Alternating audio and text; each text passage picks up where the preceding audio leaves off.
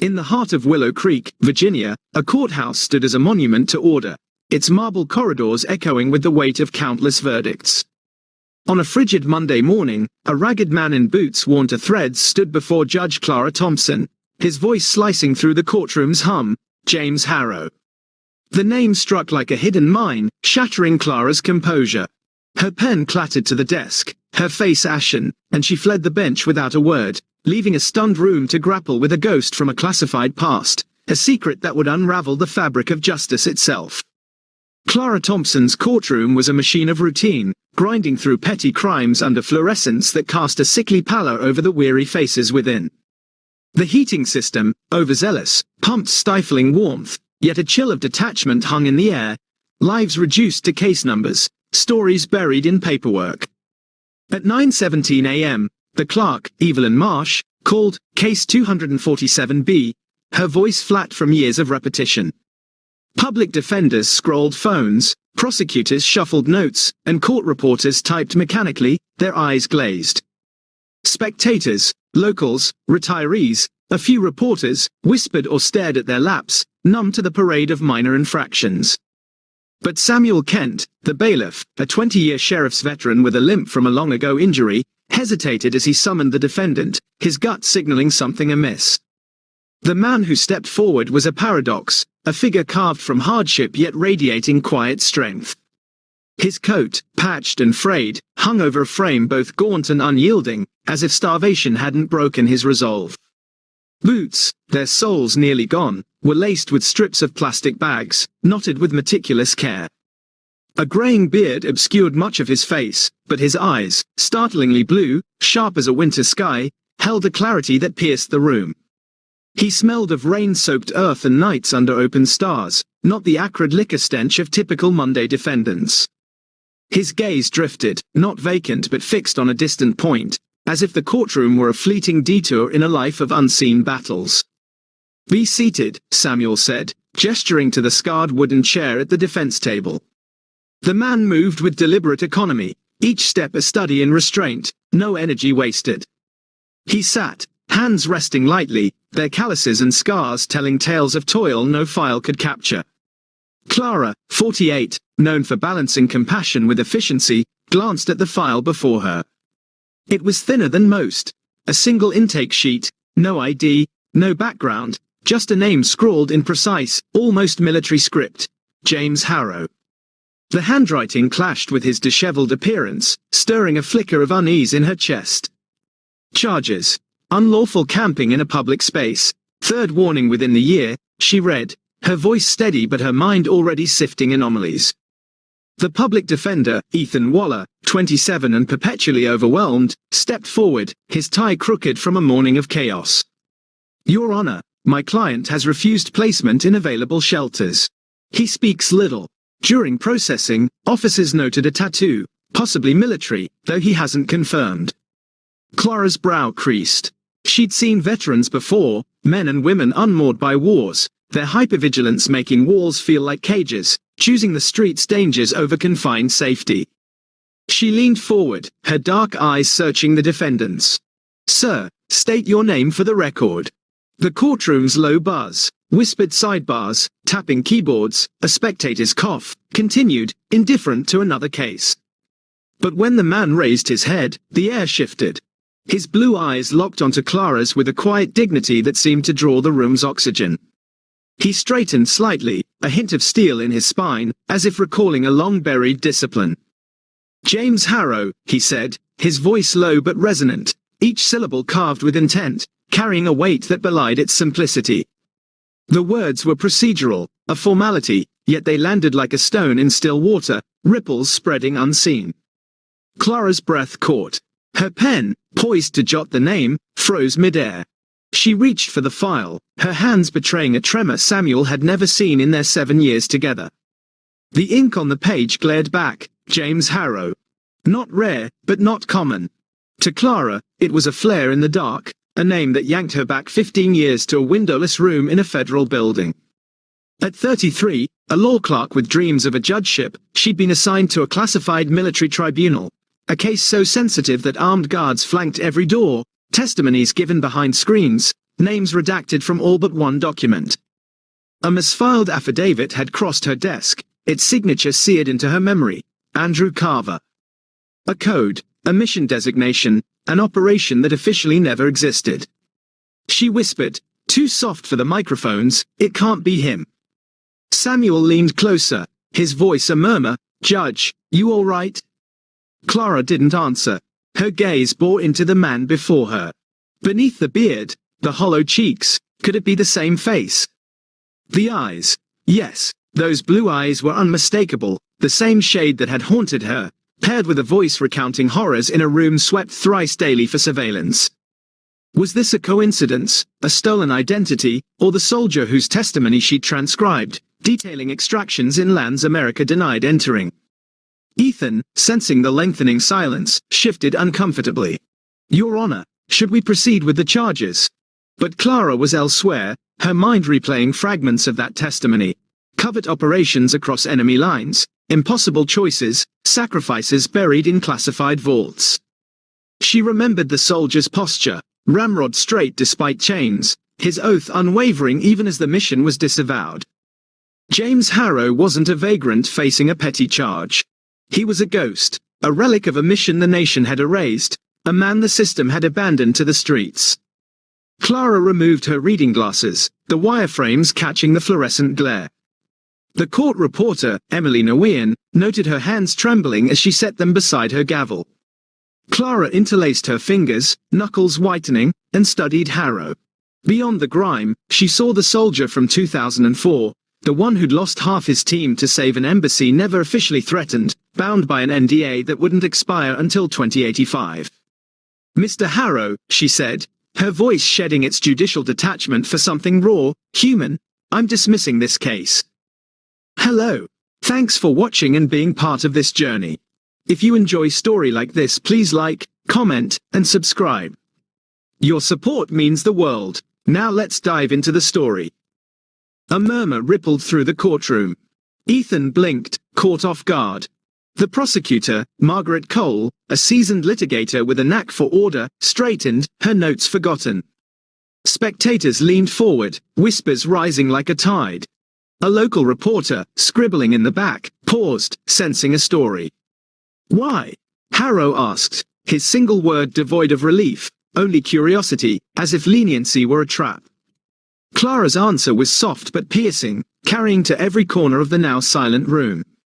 Because I don't belong behind this bench when you're in front of it. She stood, an abrupt move that made Samuel step forward, his hand hovering near his radio, unsure if protocol demanded action.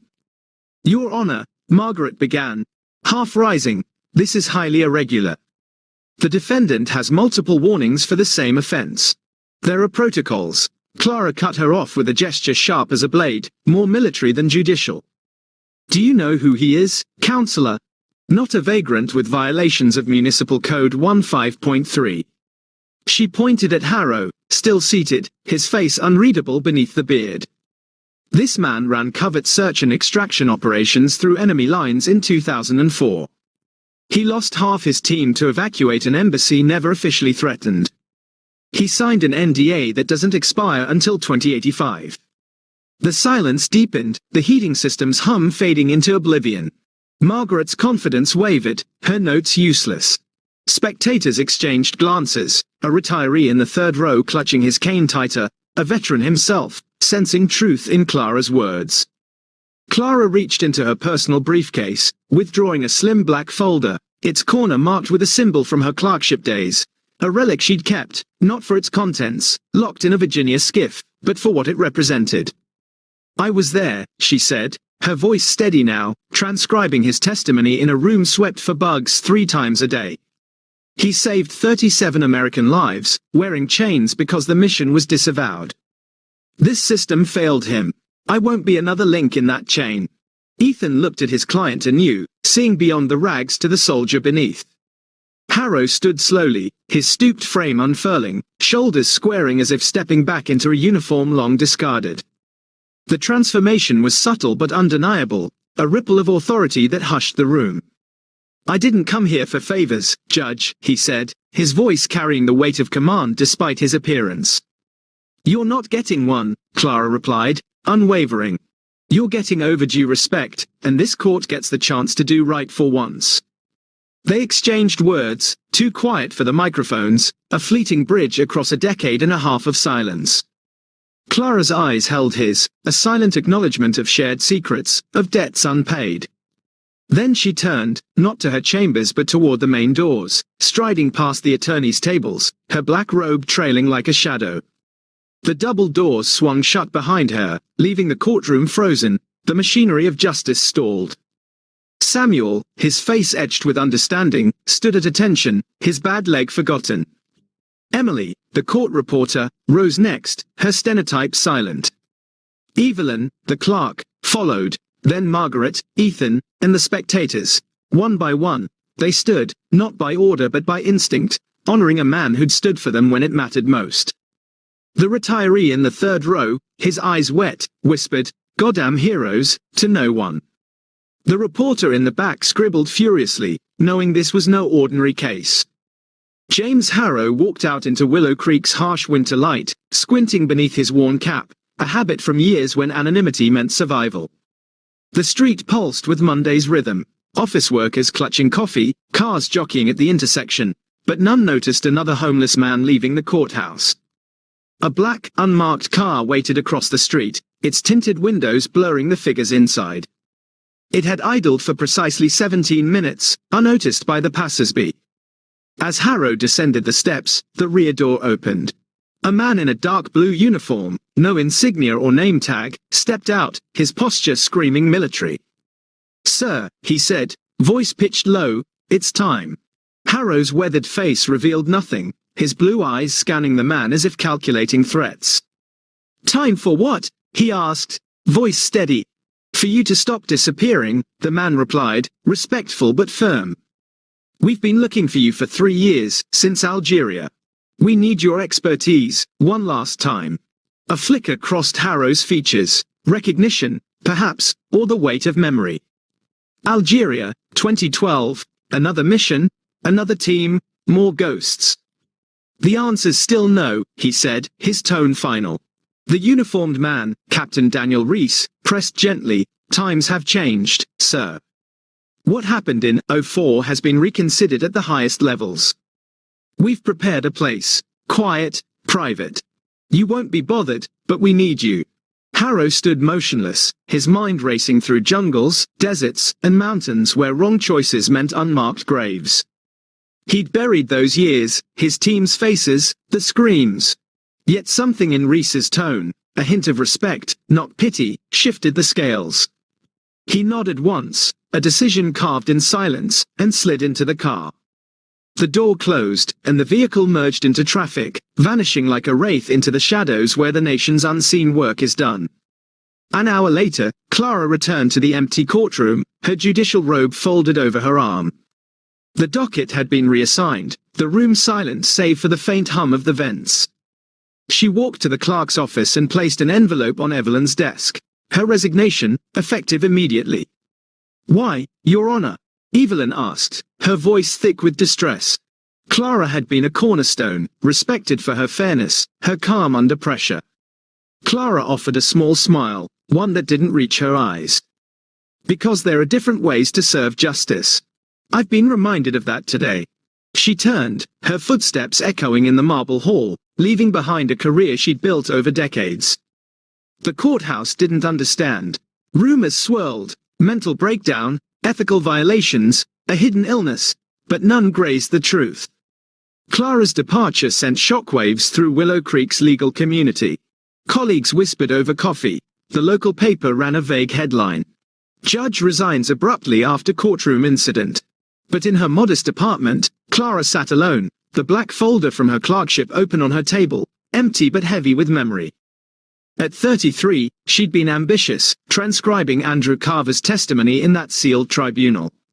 His words, extractions through enemy lines, a team lost, 37 lives saved, had shaken her faith in the system. She'd sworn silence, bound by clearance, but the weight of his sacrifice had shaped her rulings, her quiet push for veterans' rights. Seeing him, broken by the very nation he'd served, snapped something inside her. Justice wasn't in gavels. It was in righting unseen wrongs. Days later, maintenance workers installed a brass plaque in the courthouse hallway. No ceremony, no explanation. Its letters caught the morning light. To those who served where records do not reach, and still carry what history refuses to print. Some said Clara had ordered it before leaving. Others claimed the governor's office intervened. A few swore a man in uniform, face obscured, oversaw its placement at dawn. The truth, like Harrow's missions, remained classified, a shadow in a world of secrets. Harrow, meanwhile, was driven to a safe house 40 miles from Willow Creek, a grey building tucked among Virginia's rolling hills, its existence absent from any map. Inside, the walls were bare, the air sterile. Captain Reese briefed him at a steel table. The 04 ops been reopened. New intel suggests survivors. 2, maybe 3. We need your memory, the routes, the contacts. Harrow stared at a cracked coffee mug, his mind pulling up maps he'd burned years ago. I'm done, he said, voice flat. Reese leaned forward. You're the only one who knows the terrain, the safe houses. We've got families waiting. Harrow's silence stretched, his fingers tracing scars on his hand. A knife fight in a desert he'd never name. One meeting, he said finally. Then I'm out. Reese nodded, knowing one meeting could mean months. Back in Willow Creek, the plaque became a quiet shrine. Veterans, some in faded caps, others leaning on canes, paused before it, fingers brushing the words. A young paralegal, MIA Torres, inspired by courthouse gossip, scoured public records, finding only a redacted 2004 medal citation linked to A. J. Harrow. The courthouse janitor, Henry Voss, a Vietnam vet with a limp, polished the plaque daily, muttering, for the ones we don't name. Clara, now volunteering at a veterans shelter on Willow Creek's outskirts, listened to stories. Men and women like Harrow, invisible but unbroken, their lives a testament to resilience. Harrow's one meeting became weeks, then months, in a secure facility buried under bureaucracy. He pored over satellite images, his memory sharper than any database, pinpointing forgotten outposts, guiding analysts to shadows where answers hid. He spoke little, ate less, but his eyes burned with purpose. When the operation concluded, 3 survivors found, families reunited, he left a note on the table. Don't look for me. Reese, against orders, didn't search, honoring the man who'd given enough. Years later, Clara stood before the plaque, its brass weathered but gleaming. She'd never sought recognition, nor had Harrow. She'd taken a job teaching law at a community college, mentoring students to see justice beyond statutes. Her students, hearing whispers of the Harrow case, asked if it was true. She'd smile, say, some stories belong to the shadows, and move on. But in Willow Creek's quiet halls, their moment endured. A judge's silence, a soldier's sacrifice, a nation's debt etched in metal. The plaque drew others. A widow left a folded flag beneath it, her husband's name lost to a classified op. A teenager, whose father never returned from a desert, taped a letter, "Thank you for seeing them." Willow Creek's veterans organized a quiet vigil each year, no speeches, just candles and silence. Henry, now retired, still visited, his polishing cloth a ritual. MIA, now a lawyer, kept a photo of the plaque on her desk, a reminder that justice sometimes whispers. Harrow, somewhere beyond Willow Creek's reach, walked a new path, perhaps a cabin in the hills, perhaps another city's streets. He carried no medals, no records, only the weight of his team's names, etched in memory. Reese, promoted but haunted, kept Harrow's note in a locked drawer, a reminder of debts unpaid. The safe house stood empty, its purpose served, its files sealed. In Willow Creek, the courthouse clock ticked on, cases piling, but the plaque remained, catching dawn's light. Clara, passing it on her way to teach, paused, her fingers brushing the words. She thought of Harrow's eyes, his quiet, why, and her own silence. Justice, she'd learned, wasn't in rulings but in moments, when a name breaks a heart, when a ghost steps into light, when a nation, however briefly, remembers its guardians. In those heartbeats, James Harrow lived, not in records or headlines, but in the quiet spaces where heroes dwell, unseen but eternal.